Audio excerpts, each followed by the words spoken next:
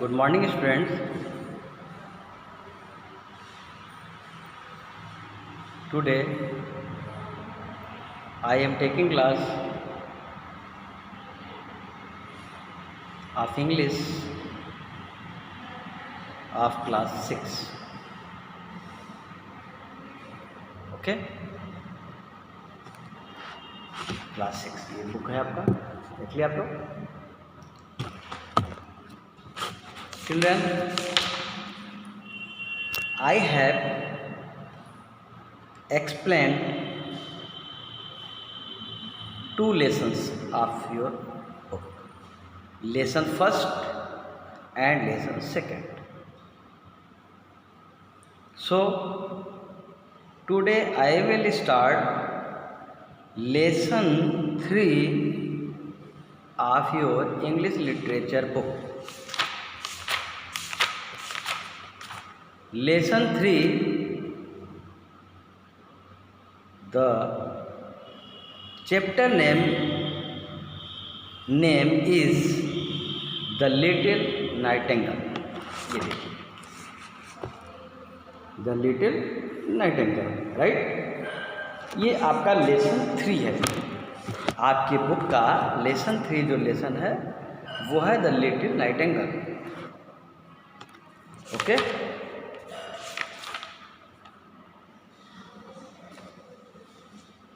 the students who have purchased book, please go to page number 15.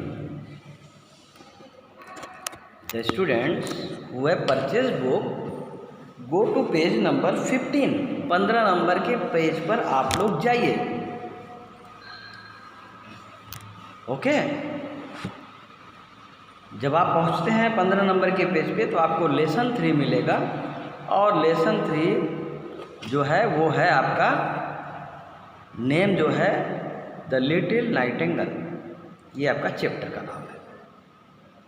तो अब आप लोग ओपन कर लीजिए बुक, हम इसको पढ़ रहे हैं। I am going to read the book, you should manage line to line where I am reading. आप लोग उसको मिलाइए और देखिए क्या है इसकी स्टोरी में। चलिए, लेट्स स्टार्ट।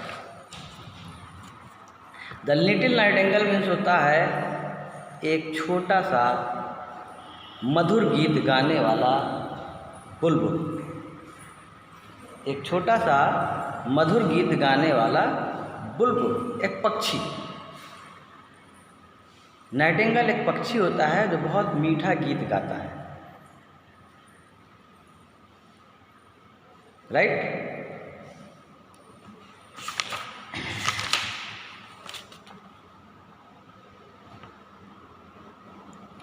आपका इसमें बुलबुल नाम नहीं लिखा है, आपकी बुक में आप ऐसे लिखा है small singing bird. Small singing bird means एक ऐसा पक्षी जो बहुत मधुर गीत गाता है।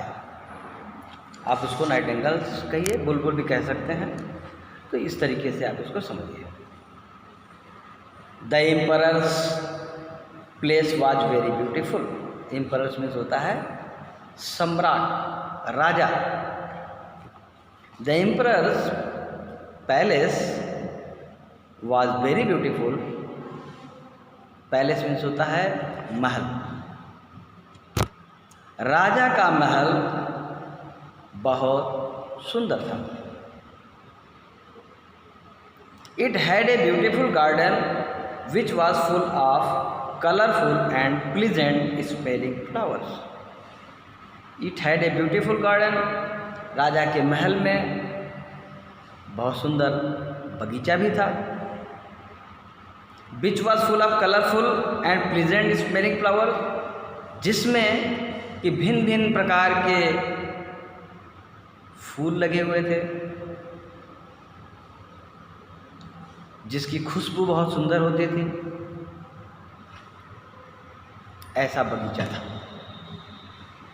Beyond the garden there was a forest with huge trees and deep blue lakes. Beyond the garden garden से थोड़ा सा दूर में, उन्हीं के महल में ही गार्डन से थोड़ा सा दूर में जो वातावरण था वो जंगल जैसा वातावरण था। There was a forest with huge trees, और उसमें बहुत से पेड़, बड़े बड़े पेड़ लगे हुए थे। वहाँ पे झील था। देखिए आपकी बुक में है ना, यहाँ पे ये पेड़ लगे थे और ये जो नीला नीला आप देख रहे हो ना, ये झील है, ये झील का पानी है। तो वो झील भी था और घने जंगल भी थे। Large ships sailed under the trees of the sloping forest. Large ships sailed under the trees, और बड़े बड़े जहाज भी उसमें, पानी वाले बहुत बड़े बड़े जहाज भी थे जो कि पानी की सतह पे तैर रहे थे। राइट, ये जंगल का, उनके वातावरण का, उनके आप जो है महल के अंदर का सारी वातावरण बताया है लेखक ने। A little Nightingale lived in the branches of these trees. उन्हीं वातावरण में, उन्हीं जंगलों के बीच में, झील के किनारे पेड़ पर एक छोटी सी नाइटिंगेल पक्षी पेड़ की शाखाओं पर बैठे थे। ब्रांचेस ऑफ दिस ट्री बने पेड़ की शाखाओं पर, उन पेड़ की शाखाओं पर वह बैठी थी। The little Nightingale sang so beautifully that even the busy fishermen stopped their work and listened to it and said how beautiful it is। देखिए अब इसमें क्या कहता है, the little Nightingale sang so beautiful। उस पेड़ पर बैठी जो नाइटिंगेल पक्षी थी, वह नाइटिंगेल पक्षी बहुत मधुर गीत गा रही थी। उसके मधुर गीत को सुन करके वहाँ पर फिशरमैन था, एक झील में एक मछली पकड़ने वाला जो फिशरमैन था, वो मछली पकड़ने का काम करता था, लेकिन उसने अपने काम को रोक दिया। मछली पकड़ने का काम जो कर रहा था वो रोक दिया और उस मधुर पक्षी के मधुर गीत को सुनना स्टार्ट कर दिया और मन ही मन बहुत खुश होता था। वाह, how beautiful it is, it's voice is so beautiful. कितना सुंदर ये गीत गाती है, इसकी आवाज़ कितनी मीठी है। ऐसा वो आनंद ले रहा है और अपने आप में मन ही मन खुश होता है। Poets wrote about the beauty of the nightingale song। इस कविता में poets wrote about the beauty of the nightingale song। They said that is the loveliest of all। वह मछुआरा सोचने लगा कि जो कवि लोग होते हैं, जो कवि लोग अपनी कविताओं में जो मधुर गीत गाने के लिए जो पक्षी का विवरण किए हैं, उन कवियों के द्वारा जो पक्षी होता है शायद ये वही पक्षी है। मछुआरे ने ऐसा सोचा अपने मन में कि जो बड़े बड़े कवि लोग होते हैं वो लोग अपने कविताओं में एक पक्षी को बार बार बताए हैं कि एक पक्षी है जो बहुत मीठी गीत गाती है, बहुत सुंदर गीत गाती है, शायद लगता है ये पक्षी वही है। मछुआरे ने अपने मन में ये बात सोचा। Soon the emperor came to know that he had a little bird in his court which was even more famous।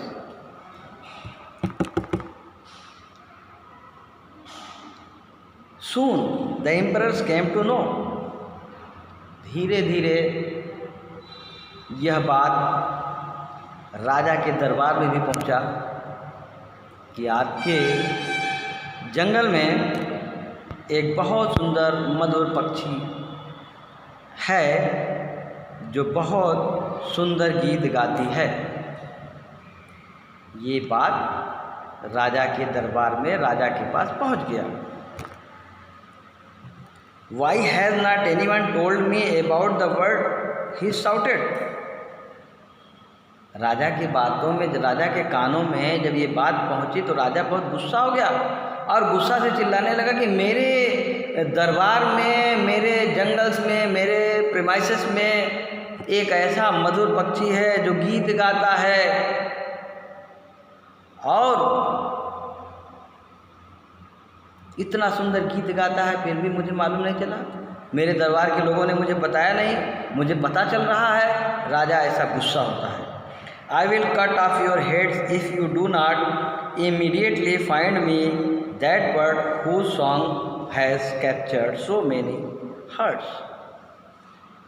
राजा अपने दरबारियों को बुलाएं और बोलें कि मेरे दरबार में ऐसा एक, मेरे राज्य में, मेरे जंगल में एक ऐसा पक्षी है जो मधुर गीत गा गा के लोगों को आनंदित कर रही है, लोगों के दिलों को जीत रही है। ऐसे पक्षी को आप लोगों ने नहीं बताया मुझे।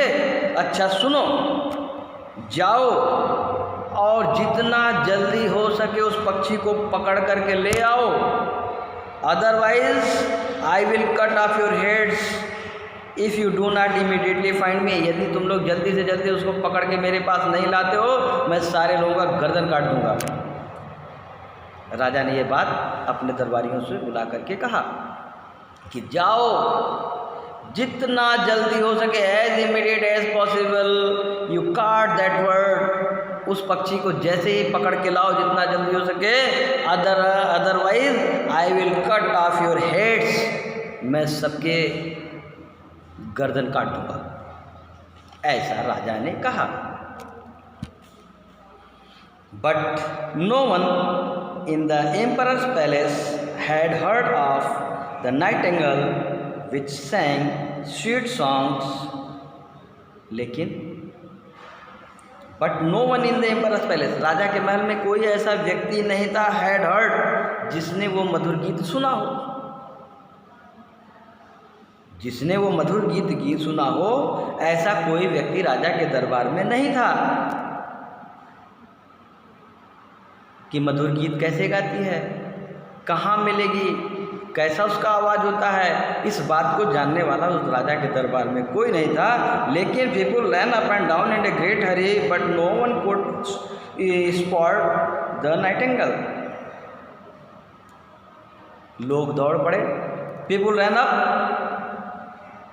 And down in a great hurry, जितना जल्दी हो सके वो बड़े बड़े जा रहे थे, जंगल की ओर भागे जा रहे थे। But no one could spot the nightingale, बस भागे जा रहे थे लोग, भागे जा रहे थे, किसी को नहीं मालूम था कि वो जगह कौन सा है, बस खाली चले जा रहे थे। राजा के डर के मारे चले गए। राजा ने कहा जाओ, चल दिए।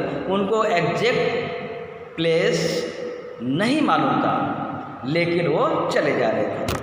द एम्परर सेड, क्योंकि राजा ने कहा था कि जाओ पकड़ के लाओ। The Nightingale must come before me this evening, शाम होने तक मुझे ले आके दे देना वो पक्षी।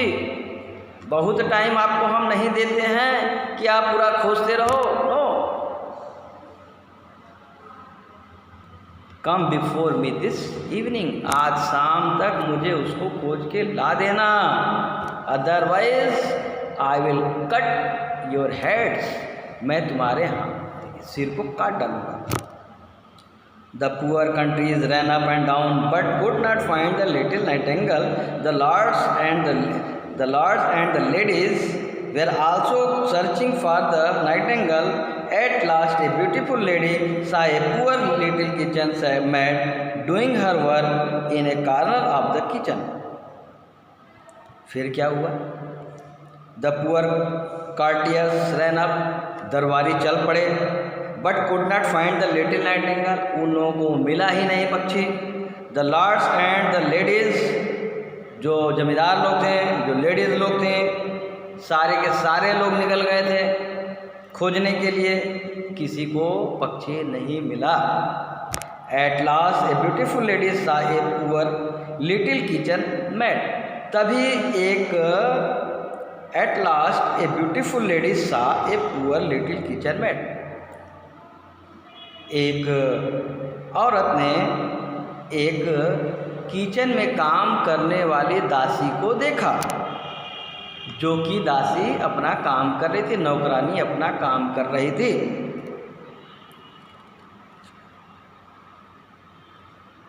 इन a corner of the kitchen, kitchen के कोने में एक दासी अपना काम कर रही थी, उसको देखा। Listen girl, have you heard of such a bird as a nightingale, she asked.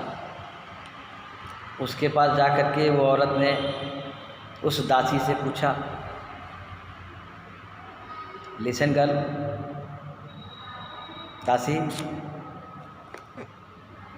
Have you heard the such of a bird as a nightingale, क्या तुमने किसी ऐसे पक्षी को देखा जिसका नाम नाइटिंगेल है? शी आस्क्ड, उसने पूछा जाकर। The kitchen made looked up and said, kitchen में काम करने वाली जो लड़की थी, जो दासी थी, जो नौकरानी थी, लुक्ड अप एंड सेड, उसको देखा और कहा, oh I know the nightingale very well, हाँ मैं तो उसको बहुत अच्छे से जानती हूँ, मैंने तो देखा भी है। When I return from my work, she sings for me every day. उसने कहा, जब हम महल से काम करने के लिए वापस जाते हैं अपने घर की ओर, तो प्रतिदिन मैं उसका गीत सुनता हूँ।